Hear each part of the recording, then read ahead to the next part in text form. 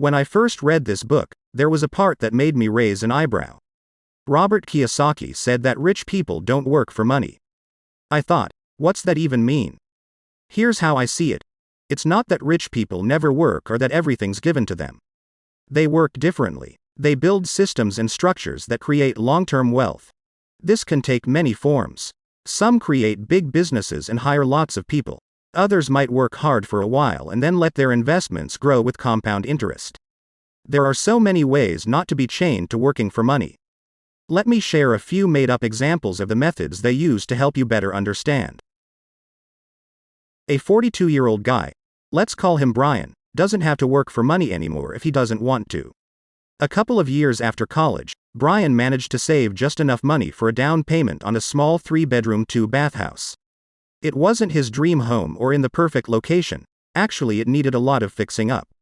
It was about 10 miles away from where most of Brian's friends lived near downtown. For the first 2 to 3 months of owning the house, Brian spent a few hours on weekday evenings fixing it up. He painted, sanded the floors, tidied up the backyard, and more. On weekends, a couple of skilled friends helped with bigger tasks like putting in new kitchen cabinets and giving both bathrooms a small makeover. For jobs that were beyond Brian's skills, he hired professionals. It felt like those initial months were mostly about work and not much fun. But by the end of the summer, Brian had a much better house than the one he originally bought. A few of his friends who hadn't seen the house for a couple of months even wondered if he had purchased a new one. They were really impressed by the changes he made inside and the new grass and plants in the yard. Once Brian finished the renovations, he put an ad on the internet for 2 roommates. Within a week, 1 room was occupied, and 3 weeks later, the other available room was also taken. The guys who moved in turned out to be really friendly guys that Brian got along well with. They weren't best friends or anything, but they hung out from time to time and kept the house tidy. The total rent they paid covered almost 90% of Brian's mortgage. Brian didn't have to shell out much of his own money for housing. This allowed him to save the extra money for his next house. About a year and a half later, Brian bought another house, this time a bit closer to downtown. The house initially had 2 bedrooms and 2 bathrooms, but it had enough space for Brian to create a 3rd bedroom by dividing the very large master bedroom into 2 rooms. This house was in better shape than his first one, so he didn't have to do as much work. He did some landscaping cleanup and added new flooring to the living area. After around a month, Brian once again placed an online ad to find 2 roommates. Within 3 weeks, both rooms were occupied, and he added 1 more person to his original house since he wasn't living there anymore. Brian now had 2 houses with a total of 5 tenants. He had 2 roommates in his new house and 3 people in his old house. His original house was making Brian $300 extra every month, and the rent from his 2 roommates almost covered the mortgage on his new house. Besides his success with real estate, Brian got a better job, making about 25% more than when he first started. With the rent money and his higher income, Brian was saving a good amount every month for his next purchase. Brian repeated this process of buying a house, living with roommates, and moving on to the next one, 3 more times. When he turned 30, Brian owned 5 houses and was receiving a solid income every month. He was getting a bit tired of living with roommates, so he decided to buy a small place close to downtown for himself. He lived there for a few years before moving to another part of town with his girlfriend at the time, who later became his wife. Over the next few years, Brian continued to invest in real estate, but he didn't fix up and live in the houses anymore. He started buying mostly duplexes and triplexes, with a few single-family homes mixed in. Brian didn't consider himself a big-time real estate investor because he was only buying a couple of properties each year, but the results really added up. Now, Brian owns more than 25 properties, and the monthly income is actually double what he earns in his career. He keeps working because he enjoys it, but the rental income easily covers all of his family's expenses. Brian doesn't have to work for money if he doesn't want to. Although he doesn't see himself as rich, because he lives a simple life, most people would consider him quite wealthy. Sarah landed a well-paying job right after college, which was better than what most people got. She excelled in her studies and graduated among the top 5% of her class. This achievement opened up more job opportunities for her and gave her the ability to choose from a few different employers and negotiate her starting salary. While many of her friends were starting their careers with annual salaries around $45,000, Sarah began her job with a salary of $68,000, along with the chance to earn quarterly and yearly bonuses. Even in her early 20s, Sarah was financially wise. She decided to stick with her college lifestyle, living with roommates, keeping her old furniture, and driving the same reliable car she'd had for 2 summers. Sarah observed that many of her friends, despite earning less, were buying new cars and renting expensive apartments. She understood their choices, but they weren't right for her. Sarah placed a high value on investing and wanted her money to grow over time. Her parents had always advised her that the sooner she started letting her money grow, the smoother her financial life would be in the future. With her smart financial mindset, Sarah started investing a good chunk of her income right from the beginning. What's more, she kept investing every time she got a raise for several years.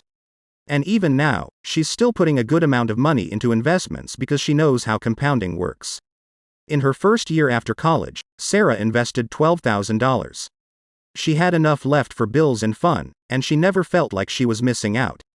Her college years were some of her best, and she was okay with continuing that lifestyle even a few years after graduation. In the second year, she upped her investment to $13,000. Over the next decade, she increased it by about $1,000 each year. By the time she reached her 10th year of work, she was investing a substantial $21,000 every year. Her career really took off after that. She got a new job that nearly doubled her salary. This allowed her to increase her investments to $40,000 per year. She kept raising her investments by $1,000 each year until she turned 40. Sarah knows she could have put more in with the higher salary, but she wanted to spend more on housing and having fun. She never stopped paying herself first and investing a big chunk of her income.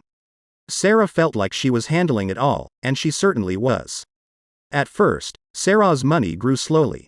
In her 30s, she kept adding to her investments, but most of the earnings were coming from compound interest by that time. When she turned 34, compound interest started outperforming her contributions. As Sarah enters her 40s and 50s, compound interest will be doing almost all the heavy lifting.